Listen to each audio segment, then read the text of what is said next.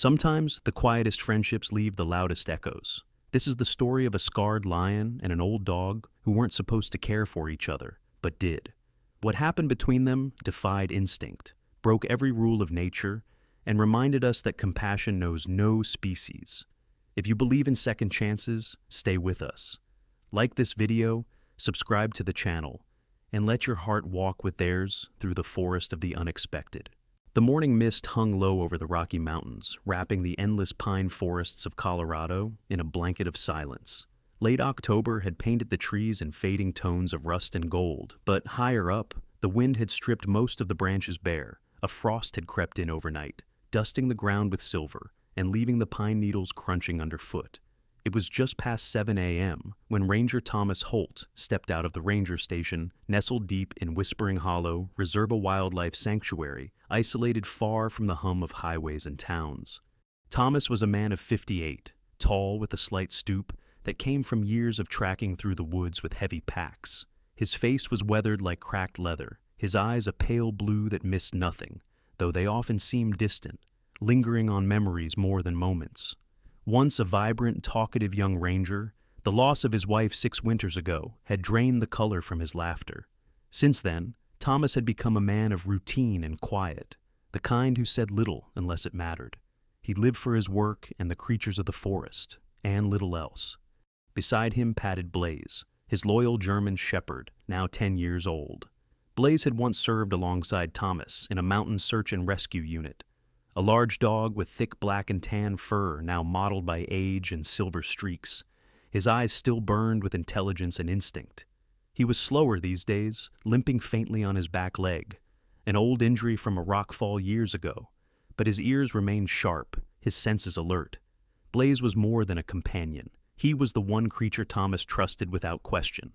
Retired from official duty, Blaze now served as an unofficial guardian of the sanctuary, patrolling by Thomas's side each day. The morning walk began like all others. The sky was a pale wash of blue, and the air bit at the skin with early frost. The woods should have been stirring by now, with the chatter of chickadees, the scurrying of squirrels, and the distant calls of elk. But today, the forest felt muted, like it was holding its breath. Blaze noticed it first. His body stiffened as they reached the trailhead near the southern boundary, the section of the reserve that edged toward a series of rocky outcrops and narrow gullies. Thomas paused, scanning the horizon. "Something's off," he muttered, more to himself than to Blaze. The trees here thinned out, revealing a small ravine laced with dry ferns and old stones. The silence deepened. Even the wind seemed reluctant to move. Blaze suddenly broke into a trot, nose down, tail stiff. Thomas followed, instincts honed over decades clicking into gear. They moved quickly down the ridge, past fallen logs and brittle branches. And then Blaze stopped, abrupt, rigid.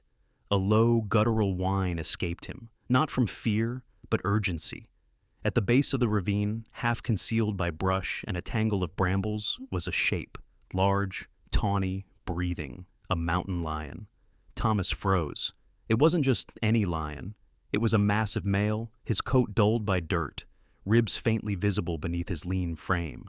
His right front paw was mangled, caught in a cruel steel snare, the metal biting deep into raw, bloodied flesh. The surrounding earth was darkened with drying blood, and flies buzzed quietly in the still air. But it was the lion's eyes that stunned Thomas. They weren't wild, they weren't angry, they were pleading, and the lion wasn't looking at Thomas, he was looking at Blaze. Blaze, for his part, stood still but unafraid. He made no sound, simply approached slowly, step by step, until he stood just feet from the wounded predator. His ears twitched, his tail flicked once, and then he sat down. Not as a threat, not as a challenger, as if he were keeping watch. Thomas's heart pounded in his chest. He reached for the emergency radio clipped to his vest and spoke in a calm but urgent tone. "This is Holt at the southern ravine. We have a mountain lion caught in an illegal snare. Severe injury. I need a vet team and bolt cutters. Repeat, bring everything." There was a pause. Then a voice crackled through. "Copy that. Team en route. ETA 15 minutes. He kept his eyes on Blaze and the lion, two creatures that should have been enemies, or at least warily distant. Yet here they were. The lion let out a soft exhale and slowly lowered his head to the ground, blinking slowly, exhausted but unresisting. Thomas inched closer, careful not to spook either animal. From this distance, he could see the metal snare had twisted deeply into the bone. Infection had already begun. The lion might not last an hour without intervention. But what shook Thomas more was the stillness of Blaze. He didn't flinch, he didn't bark. He simply kept vigil. Far behind, faint footsteps crunched in the brush. It was Ellie. She was an 11-year-old girl from the nearby ranger housing, thin, pale-skinned, with curly brown hair usually tied in a messy ponytail. She wore an oversized hoodie with faded cartoon wolves on the back, and in her arms was a sketch pad she never left home without. Ellie was shy, bright, and far more perceptive than most her age. She had no siblings and few friends. The forest was her sanctuary, and Blaze, her hero. "Ellie," Thomas said quietly but firmly. "Stay back." She nodded, eyes wide, whispering, "Is that a lion?" Thomas didn't answer. He was too focused on the surreal tableau before him. The silence returned, a moment stretched like a thin wire. In it, Thomas felt something he hadn't in a long time. Wonder. Not fear, not duty. Wonder. Because here, in a quiet gully no one would ever think twice about, an aging dog and a wounded lion were sitting together, not in conflict, but in quiet connection, and neither seemed willing to leave the other's side. The morning sun had started to pierce through the trees, painting long shafts of golden light into the ravine, catching the frost and turning the forest floor into a shimmer of silver and gold. The air remained brisk, the kind that left fingers stiff and breath visible, but none of that registered to Thomas as he crouched a few feet from the wounded lion. Blaze still sat unmoving beside the great cat, and Ellie, though warned to keep her distance, had slowly crept down the slope with her sketchpad clutched to her chest. She crouched behind a low bush, her wide eyes bouncing between Blaze and the lion, her hands trembling slightly, not from fear, but awe. The lion's name was not known yet. Thomas had taken to calling him Leo in his mind, a placeholder born out of necessity. The creature was no doubt wild, his matted fur streaked with dust and faint scars tracing his back and shoulders like old maps of battles survived. Yet something about his posture now, head low, breath steady, body unresisting, felt impossibly gentle. And when his gaze moved to Blaze, it lacked the primal tension Thomas expected. No growl, no defensive twitch, just a flicker of recognition or something like it. Blaze had inched even closer. Now he lay just beside the lion, not touching, but close enough that their breath stirred the same patches of grass. Every few minutes, Blaze would glance sideways, nose twitching toward the mangled paw, as if trying to understand it. Then he'd look up at Thomas. No panic, no command, just trust. Ellie, still in hiding, opened her sketchpad. Her pencil moved fast, tentative strokes at first, then more confident as she tried to capture the curve of Blaze's back, the shape of Leo's injured paw. She didn't know why she drew it, only that it felt like something worth remembering. The radio on Thomas's vest crackled. "En route, ETA 7 minutes. Vets are prepped."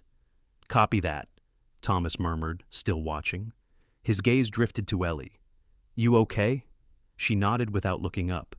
"He's not scared of Blaze," she whispered. "Not even a little." Thomas gave a short nod. "Neither's Blaze." At the sound of tires crunching gravel in the far distance, Blaze's ears perked. A white utility truck emerged from the tree line, followed closely by a smaller off-road vehicle. From the lead truck stepped Dr. Megan Hart, the sanctuary's lead wildlife vet. Megan was in her early 40s, tall and athletic, with short auburn hair tucked under a navy ball cap. She wore a tan field jacket and olive cargo pants streaked with mud, and moved with a quiet precision honed by years of dealing with wild creatures on the brink of life and death. Megan had once been a city ER nurse before switching careers following a personal loss. The death of her younger brother in a hiking accident that could have been prevented with better emergency support. She never talked about it, but her urgency and care in the field spoke volumes. She approached without words, her eyes taking in the tableau.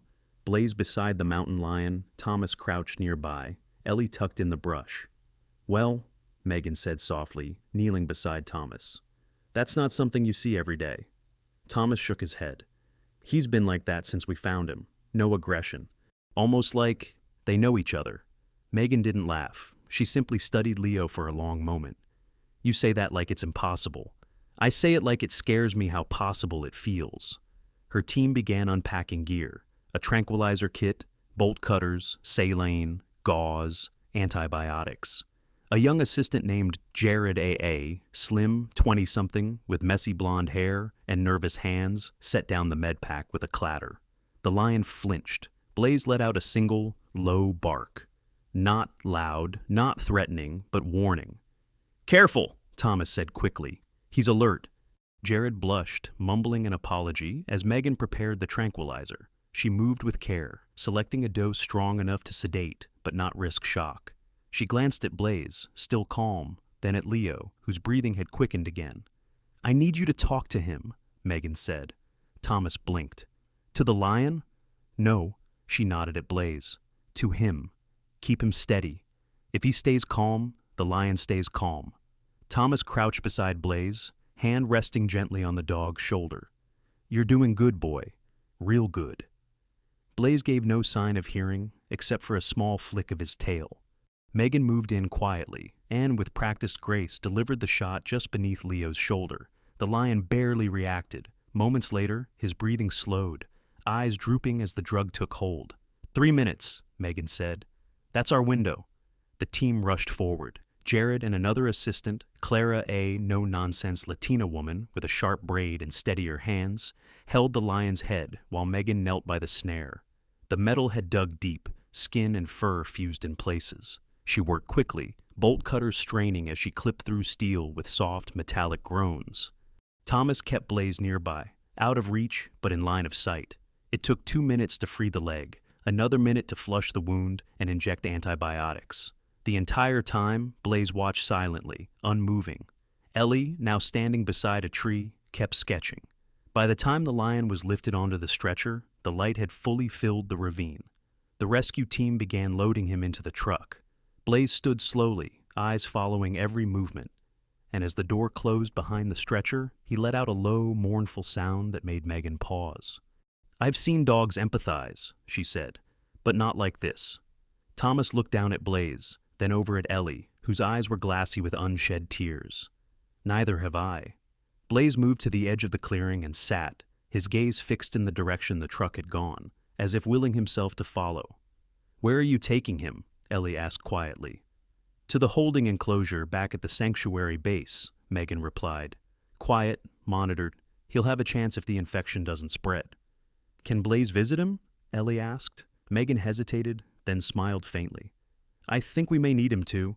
The ride back to the sanctuary was quiet but tense. Leo lay sedated in the back of the truck, his chest rising in slow, deliberate breaths beneath a thick wool blanket. Dr. Megan Hart sat beside him, her gloved hands resting on her knees, eyes never leaving the lion's side. The sanctuary was 20 minutes away, but it felt longer. Every pothole, every bump in the forest road made the team tense, watching for any sign the sedation might wear off too soon. Blaze and Thomas followed in the second vehicle, a dusty green Jeep with cracked leather seats and the faint scent of pine needles ground into the floor mats. Blaze sat in the back, ears pinned forward, body pressed against the rear window, watching the transport truck ahead as if refusing to blink. Back at Whispering Hollow Sanctuary, the medical enclosure had already been prepared. It was a reinforced structure nestled into a quiet stretch near the eastern tree line, far enough from public trails, but close to the veterinary unit. The interior was lined with thick straw and insulated walls to reduce noise and stress, and a canopy of shade cloth stretched above to keep the sunlight diffused and soft. When the truck doors opened, Leo stirred faintly. Megan stepped down first, motioning gently to the team. Jared and Clara lifted the stretcher with practiced ease, moving slowly, carefully. Blaze had jumped from the Jeep before it had fully stopped and stood watching, tail still, muscles tense. Thomas reached out and rested a hand on his collar. "Easy, boy," he murmured. "He's safe now." Inside the enclosure, Megan checked Leo's vitals again. "Sedation will wear off in under an hour," she said, adjusting the IV line. "We'll monitor him closely." Thomas lingered by the entry, his gaze falling on something glinting faintly beneath Leo's fur, almost hidden under the thick mane near his neck. It was a collar, not a wide metal tracking device, but an old woven strap, frayed and dulled with time, the leather hardened by sun and sweat. His brow furrowed. He knelt, careful not to startle Megan. "There's something here," he said quietly. Megan stepped aside as Thomas brushed away the fur and turned the collar gently. His fingers found a small brass plate, faded but still legible. A sequence of numbers, partially worn. He pulled his phone from his vest pocket, took a photo, and stood. Later that evening, with Blaze curled at his feet and a cup of weak coffee cooling in his hand, Thomas sat at the dusty desk in the sanctuary's operations cabin. The sun had dipped behind the mountains, leaving the windows washed in amber. The power blinked once as the generator kicked in for the night. Thomas opened the sanctuary's old record system, a slow, outdated interface rarely touched except by him or Sarah, the record supervisor. Sarah was in her 60s, short and stocky, with steel-gray curls always pinned up tightly. A former librarian who ran the paper archives like a dragon guarding gold. She was strict, meticulous, and had a soft spot for Blaze, whom she always addressed with more fondness than she gave most people. "Serial numbers?" she had asked him once. "Honey, that's half of my blood type by now." Tonight she wasn't on shift, so Thomas keyed in the faded digits manually. The system churned, slow but loyal. After a pause, the screen lit up. Subject ID, M4281, L species, pumacan color, mountain lion. Age at intake, 4 months. Condition, injured, right foreleg, abrasions and dehydration. Rescued, May 2018, near Eastwatch. Postnote, orphaned, mother presumed poached. Temporarily housed at Ranger Substation 2. Released, November 2018. But it was the final line that made Thomas's breath hitch. Behavioral note, cub frequently interacts through fence with station dog, K9 Blaze. Unusual repeated mimic behavior observed, no aggression, possibly imprinting. He sat back in his chair, heart thudding. 5 years ago, before Blaze had retired from active rescue duty, they'd spent 6 months stationed at the old substation near East Watch. It had been a hard season-thick snowstorms, fires along the ridge, constant rescue calls. But during the downtime, Thomas had let Blaze roam near the juvenile enclosure to keep him active. Blaze had always been good with animals. He hadn't thought much of it then, but clearly the lion cub had. And now, 5 years later, that cub, now grown into a battered, battle-worn survivor, had returned. Not just into Blaze's territory, but to Blaze himself. Thomas turned and looked down at the German shepherd, who was curled near the door, head resting on his paws. Blaze lifted his eyes at the silence, his gaze steady, as if he already knew. The next morning dawned cold and bright. Ellie showed up before school hours, riding her old blue bike with the dented frame and squeaky brakes. She wore a thick red scarf, too long for her neck, trailing behind her like a flag. Thomas was standing outside the enclosure with Megan when she approached. "Did he make it through the night?" she asked, breath misting in the air. "He did," Megan replied. "Vitals are steady. He's alert now, but calm, surprisingly calm." Blaze was already sitting near the fence, not pressing up against it, just near enough to be seen. Inside, Leo lay on the straw bedding, head lifted, watching. No growls, no snarls, just watching. "Can I sit with him?" Ellie asked. Thomas hesitated, then nodded. From outside the fence, she pulled out her sketchbook and sat cross-legged on a log beside Blaze. Her pencil moved quietly, her eyes flicking up to Leo, then back to the page. Inside the enclosure, Leo shifted, eyes tracking Blaze's every movement. When Blaze stood and took 2 slow steps forward, the lion responded in kind, rising on 3 legs, the bandage paw lifted, and limped forward until he was just inches from the fence. He lowered his head. Blaze mirrored him. Megan whispered, "This isn't just memory, this is recognition." Thomas, arms folded tightly, said nothing, but his heart said otherwise. The 4th morning arrived veiled in a strange stillness. Overnight, a thin layer of frost had coated the pine needles and branches, crunching underfoot as Thomas walked his usual patrol trail with Blaze by his side. The sky was dull with cloud cover, casting a cold blue-gray hue over Whispering Hollow Sanctuary. Though the air was sharp with winter's edge, it wasn't the cold that raised the hair on Thomas's neck. It was the quiet. Birdsong had vanished. Blaze halted mid-step near the split-log bridge that crossed Hollow Creek. His ears stood straight, nose lifted, tail rigid. A deep, low growl rumbled in his throat, not urgent, but uneasy. "What is it?"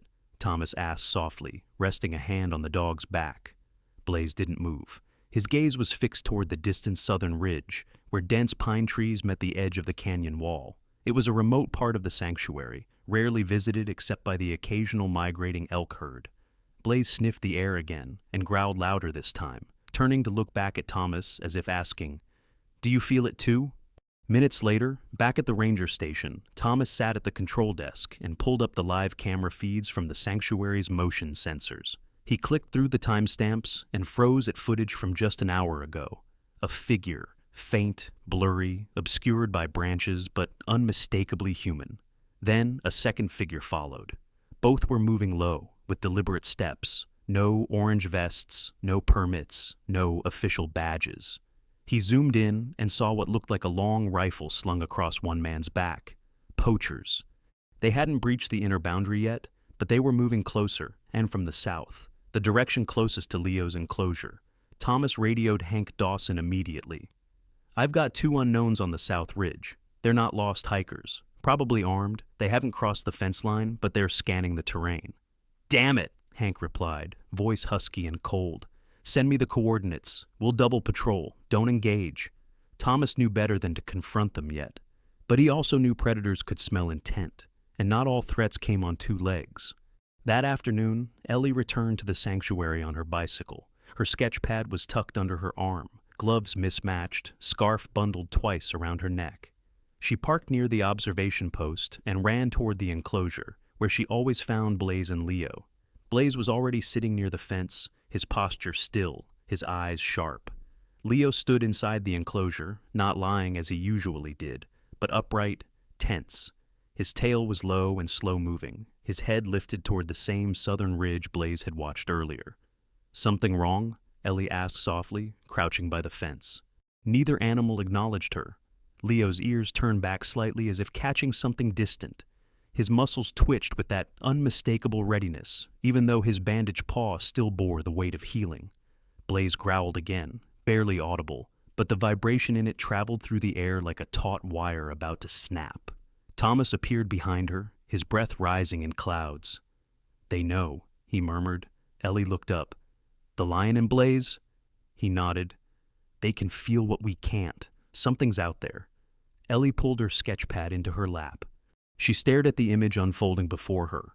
A once wild predator and an old rescue dog, standing united, still but alert, facing the deep forest together. No words, no noise, just instinct and bond.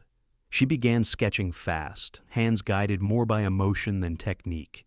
Each stroke captured the stillness in Leo's shoulder, the tautness in Blaze's frame, the unspoken message between them.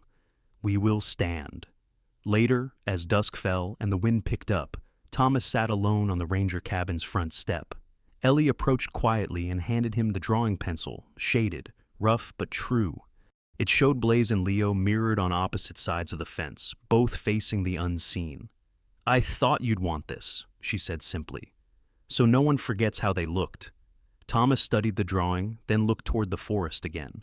Shadows danced in the trees, and somewhere out there, danger was moving. But in here, 2 former enemies were already guarding what mattered. By midday, the sun had risen high over Whispering Hollow, filtering through the sparse clouds in harsh white beams. The frost had melted into wet patches of mud and pine needles. Despite the deceptive stillness, the air buzzed with tension. Blaze had not moved from his vigil beside the eastern fence since early morning. Leo remained within his enclosure, limping less but still favoring his injured paw, his body coiled with unease.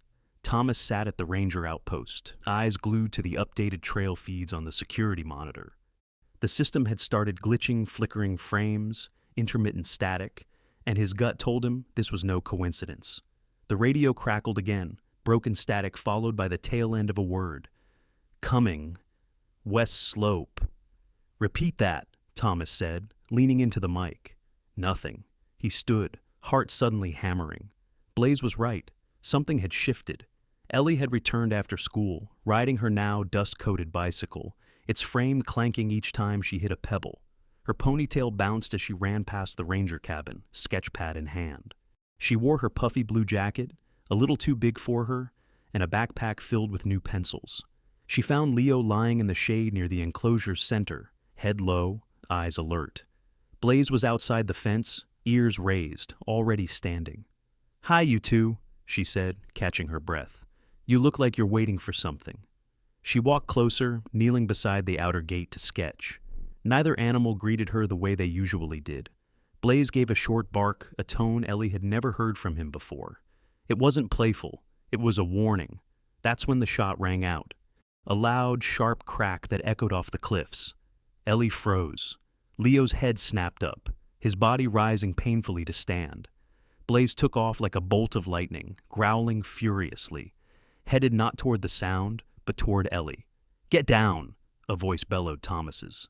But Ellie was already ducking, instinctively diving behind a fallen log just yards from the enclosure. 3 men emerged from the forest's edge, figures in dirty camo jackets, faces half covered with cloth, boots stomping the wet earth. One carried a hunting rifle with a long barrel, the second a scoped crossbow, and the third held what looked like a modified shotgun. All were armed, all moved with familiarity. This wasn't their first illegal incursion. "There!" the one with the crossbow shouted, spotting Leo. Thomas appeared from the side trail, rifle raised, yelling, "You're trespassing on federal land! Drop your weapons!" But they didn't drop anything. The rifleman turned and fired a warning shot. The bullet slammed into a tree trunk beside Blaze, who barked and leapt sideways, narrowly avoiding the spray of splinters. Leo let out a deep guttural roar, louder than anything Ellie had ever heard. He stumbled forward and pressed his injured body between Ellie and the advancing poachers, positioning himself like a wall of muscle and instinct. Another shot rang out. It grazed the fence. Thomas ducked and fired back, not to hit, but to distract. "Get away from the girl!" he roared. But the poachers kept advancing. Then, without warning, the woods erupted with movement. From the underbrush to the north, a blur of gray and russet fur burst into the clearing. 1, 2, then 5 wolves, lean and muscular, their eyes glinting with wild light. They formed a crescent around the poachers, snarling, fangs bared. Blaze stood at the front, barking wildly not at the wolves, but beside them. Thomas's heart stopped for a beat. He recognized the pack. They were the Ghost Pines wolves, rescued as pups years ago, raised temporarily at the sanctuary before being released into the northern wilds. Blaze had been with them during that winter storm, had even pulled one of the pups from an ice crevice. They remembered, and now they had returned. One of the poachers screamed and fired again, his bullet missing and crashing into the dirt. The wolves pounced, not to kill, but to drive. Their movements were coordinated, terrifying, effective. The poachers broke rank. One tripped over a root, dropping his crossbow and scrambling away on all fours. The man with the rifle bolted left, only to be tackled by Blaze, who latched onto the man's forearm and dragged him away from Ellie. The last man tossed his shotgun and fled through the trees, crashing through the underbrush in a blind panic. Within seconds, it was over. Silence fell, thick and sudden. Thomas ran to Ellie, dropping to one knee. "You okay?" She nodded, shaken but unharmed. Her face was pale, her eyes wide behind her glasses. "Leo? He protected me." Thomas looked over. The great cat was lying beside the log, panting hard, his body shaking slightly, the bandage on his leg darkened with new blood. Blaze limped to Leo's side, his own leg bleeding from a shallow gash. He didn't sit. He just stood there, watching, guarding. Megan arrived moments later in a second ranger vehicle, jumping out with Jared behind her. "We saw the alerts. Is anyone?" "We're okay," Thomas said, "but Leo and Blaze need attention." The wolves had already vanished into the forest like smoke, leaving only paw prints and broken branches. Ellie looked at the 2 animals, dog and lion, predator and protector, lying side by side in the wet leaves. Later that night, in the quiet of the recovery cabin, she handed Thomas another drawing. It showed Leo shielding her from gunfire, Blaze beside him, and wolves encircling them like guardians of the forest. "I want people to see this," she whispered. "Not because it's cool, because it's true. They protected me. They didn't have to, but they did." Thomas stared at the sketch, emotions flooding him. "You'll make a better ranger than I ever was." No, Ellie smiled, but maybe I'll be the one who tells their stories. The days that followed the attack unfolded in a haze of reports, medical rounds, and long, heavy silences. Blaze was kept under observation in the Ranger Medical Wing, his front paw wrapped tightly in gauze, a long but shallow gash stitched neatly by Megan herself. Leo, meanwhile, had been returned to his reinforced enclosure. Despite the trauma, he remained remarkably calm, eating regularly, responding to voices, and above all, always watching the fence where Blaze used to lie. Outside the ranger station, frost had returned to the ground, as if the forest had exhaled and resumed its ancient rhythm. But inside, tension stirred. Word of the poaching incident had reached the board that oversaw Whispering Hollow's operations. And they weren't pleased. On the fourth morning after the event, Thomas was summoned to a closed meeting with the sanctuary board. It took place in the main administration cabin, a space lined with maps, dusty binders, and wildlife regulation manuals stacked like bricks. The board was composed of 6 individuals, most of them from the state's Department of Environmental Stewardship. At the head of the table sat Miriam Chase, the chairwoman.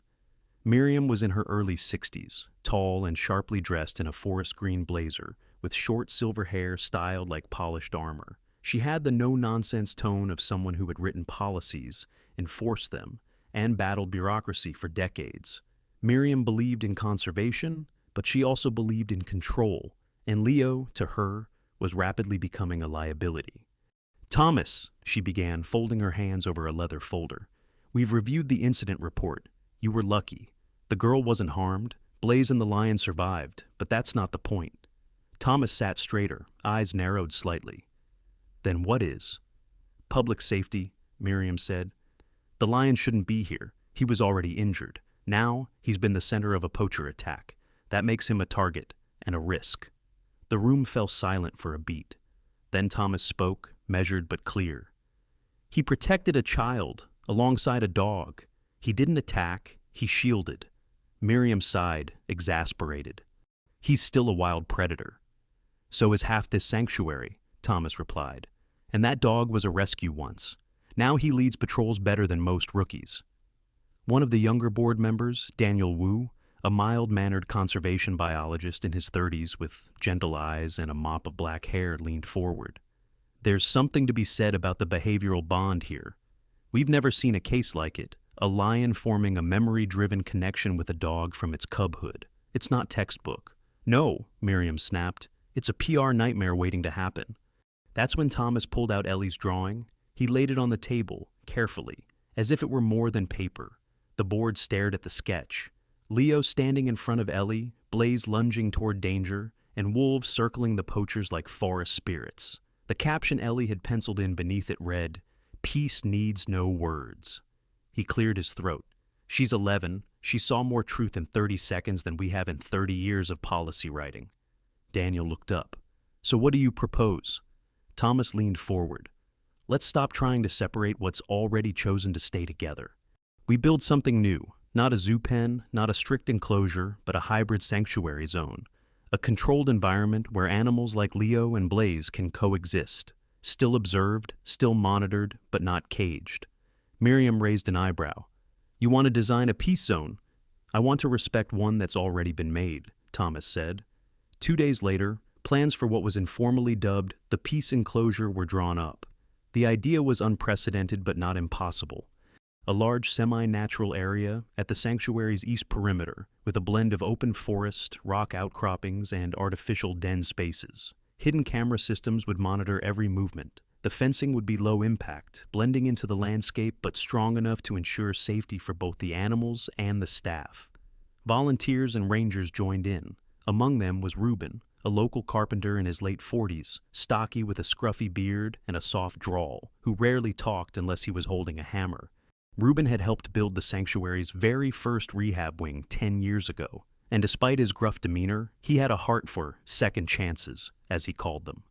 "It ain't about walls," he muttered one afternoon, smoothing down the rough cedar posts that would line the entrance. "It's about respect. Animals know more about that than we do." Ellie visited daily, helping paint signs.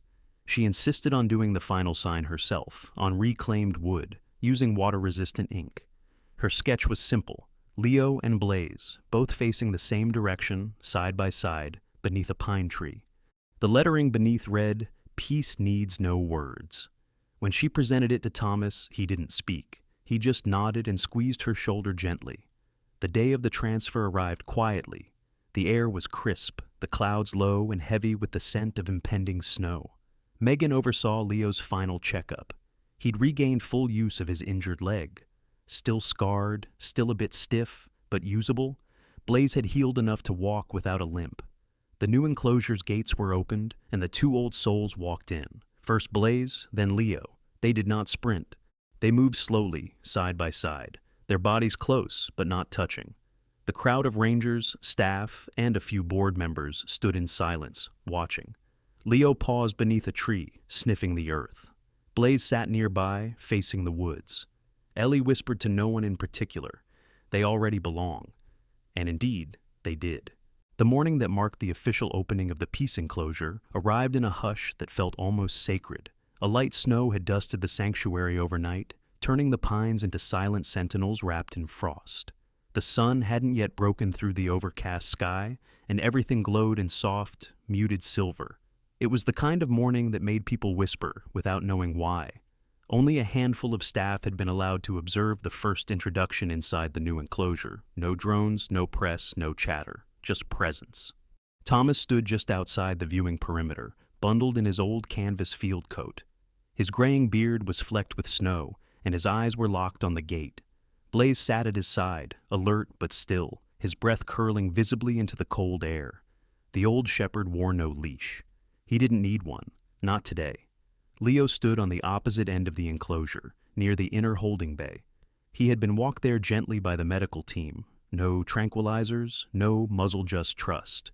His coat had regained much of its luster, and though his right front leg still bore the remnants of an old wound, he walked with dignity.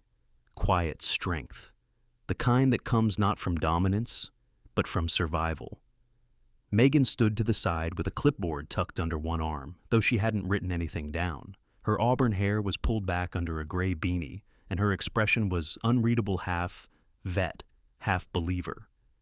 Reuben was leaning against the fencing post, arms crossed, snow melting on his shoulders. The woodworker's usually gruff face held the faintest trace of a smile. Ellie arrived just in time, her breath puffing with each hurried step. She was bundled in 3 mismatched layers, her blue winter coat half-zipped, and her mittens trailing string from the sleeves. Her cheeks were flushed, and her eyes widened the moment she saw them. Leo on one side, Blaze on the other. She took her place on the small bench beside the tree she had helped plant near the enclosure's edge, sketch pad clutched to her chest. Thomas knelt next to Blaze and whispered, "Go on, old boy. It's time." The gate clicked. Blaze stepped into the enclosure, paws crunching lightly on the snow. Across the field, Leo took a step forward. Neither barked, neither ran. They walked slowly, the way old friends do, when they no longer need words to explain the years in between. When they reached each other, Blaze paused. Leo lowered his head. There was no growl, no raised hackles, only stillness. Then Blaze pressed his head gently against Leo's shoulder. Leo leaned in, ever so slightly, and nudged Blaze's muzzle with the side of his face. A brief touch, a greeting older than language. They both stood there for several moments, eyes closed, letting the silence fill in the memory. Ellie couldn't hold back the tears. She wiped her face with the back of her mitten and began sketching rapidly, her hands shaking. Megan reached for her radio, but didn't use it. Reuben exhaled and murmured, "Well, I'll be damned." Then both animals lay down beneath the old pine tree at the enclosure's center, the one Reuben had insisted be left untouched during construction. Blaze curled his tail neatly around his paws. Leo stretched his body out in the snow, not minding the cold, his head resting just inches from Blaze's. Thomas lifted the old Nikon camera from around his neck, not the one the sanctuary kept for public documentation, but his own. A weathered model, still manual. He looked through the viewfinder and waited for the wind to still. Click. One photo. That was all he needed. He didn't take it for the press. He didn't plan to send it to the board or any wildlife journals. This photo would live in the bottom drawer of his cabin desk, inside an envelope labeled for the harder days. Ellie stood and walked to Thomas's side. Do you think they remember everything? She asked, voice soft. I think, Thomas said, without taking his eyes off them, they remember exactly what matters. Later that day, visitors slowly returned to the sanctuary, tourists, students, a few conservationists from nearby towns. But the peace enclosure remained a quiet space. No one was allowed inside, and only one viewing window was open at a time. It was more chapel than exhibit. Sarah, the record supervisor, stopped by that afternoon to see it for herself. She was a wiry woman with hawk-like features and tightly wound gray hair. She rarely left the archives unless something was truly worth seeing. Well, she muttered, pulling her coat tighter as she stood beside the observation rail. If I didn't know better, I'd call that divine. You're not wrong, Thomas said beside her, but I'll take wild grace over divine any day. Sarah sniffed. Semantics. Either way, we should take note. And she did, returning to her office to file a handwritten account under the special archive tag. Notable interspecies behavior, unexplained affinities. The sky began to darken around 4:30 p.m., and the snow returned in small flurries. Inside the enclosure, Leo and Blaze remained under the pine. Neither moved much. Occasionally, Leo's tail would flick. Blaze would lift his head, glance around, then rest again. There was no need for noise. They had done enough roaring for a lifetime. It didn't take long for the story to leave Whispering Hollow and slip into the world. A visiting graduate student from Denver, on a quiet afternoon tour, had filmed 30 seconds of Blaze and Leo resting side by side beneath the pine tree. No one noticed at first, but she posted it that evening with a simple caption. I saw something today I'll never forget. Within 2 days, the video had over 1 million views. By the end of the week, it had gone global. News outlets called it everything from a miracle of the wild to the greatest example of interspecies compassion ever captured. Biologists, behaviorists, and philosophers took to forums, trying to explain the phenomenon with technical terms, imprinting, environmental familiarity, trauma bonding, but none of them could explain why a retired search and rescue dog and a scarred mountain lion would choose to lie side by side, every morning without fail. At the sanctuary, things changed, slowly but undeniably. Visitors came from farther and farther away. The peace enclosure became the sanctuary's most requested stop.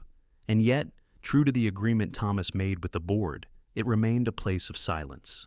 No one spoke inside the viewing path. A simple wooden sign outside the trail read, "Watch, don't explain."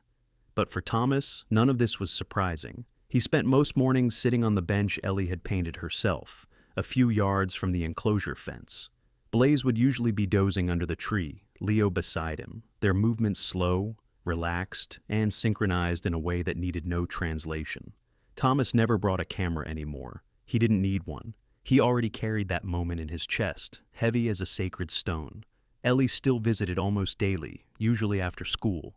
She had grown bolder over the past few weeks, speaking with tourists, answering questions, even sketching little keepsakes to hand to younger children who came to see Blaze and Leo.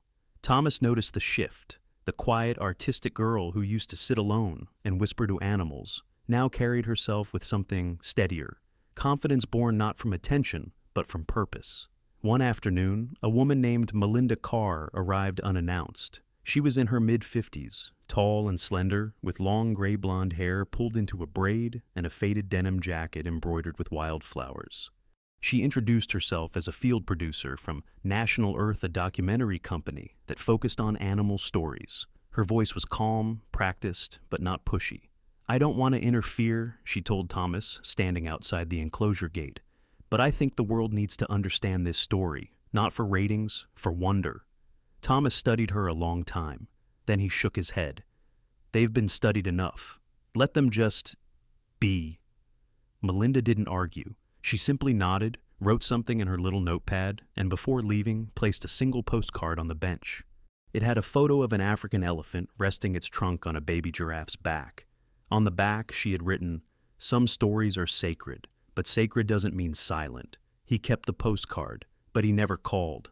Winter deepened. Snow came harder, then melted. December gave way to January, and Leo began to move with more ease. His muscle tone returned. The stiffness in his leg faded. Megan observed from a distance, noting that while the scar would never vanish, it no longer hindered his strength. Blaze, on the other hand, had begun to slow.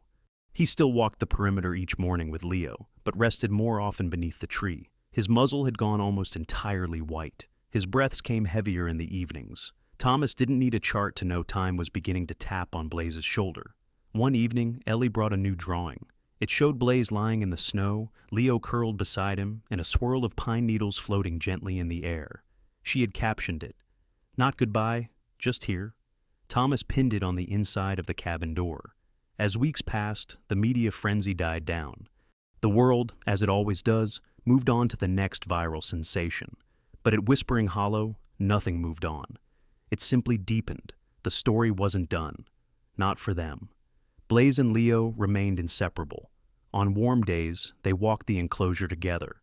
On cold nights, they slept close, their fur rising and falling in a rhythm that made the volunteers pause and forget the world's noise. Sarah, the record supervisor, eventually added a handwritten note to the sanctuary archives under the original behavioral report. Blaze, German Shepherd, DOB 2014.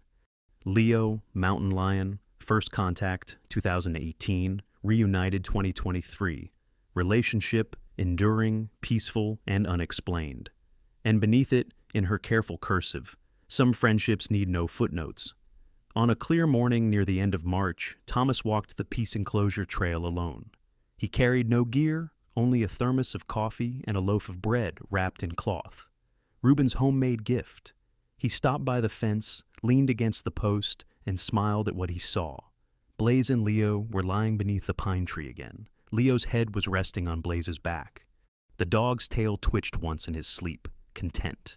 As Thomas sipped the coffee, he felt something shift, not in the world, but in himself.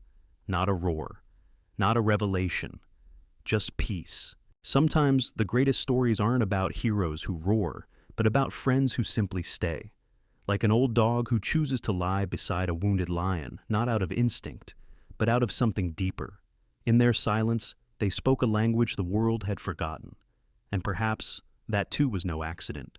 Because when we choose to see beyond fear, when we protect instead of judge, we become part of something sacred, not loud, not grand, but divine. If this story stirred something in your heart, please share it with someone who believes in quiet strength. Leave a comment to tell us what Blaze and Leo reminded you of, maybe a friend, a moment, or a second chance.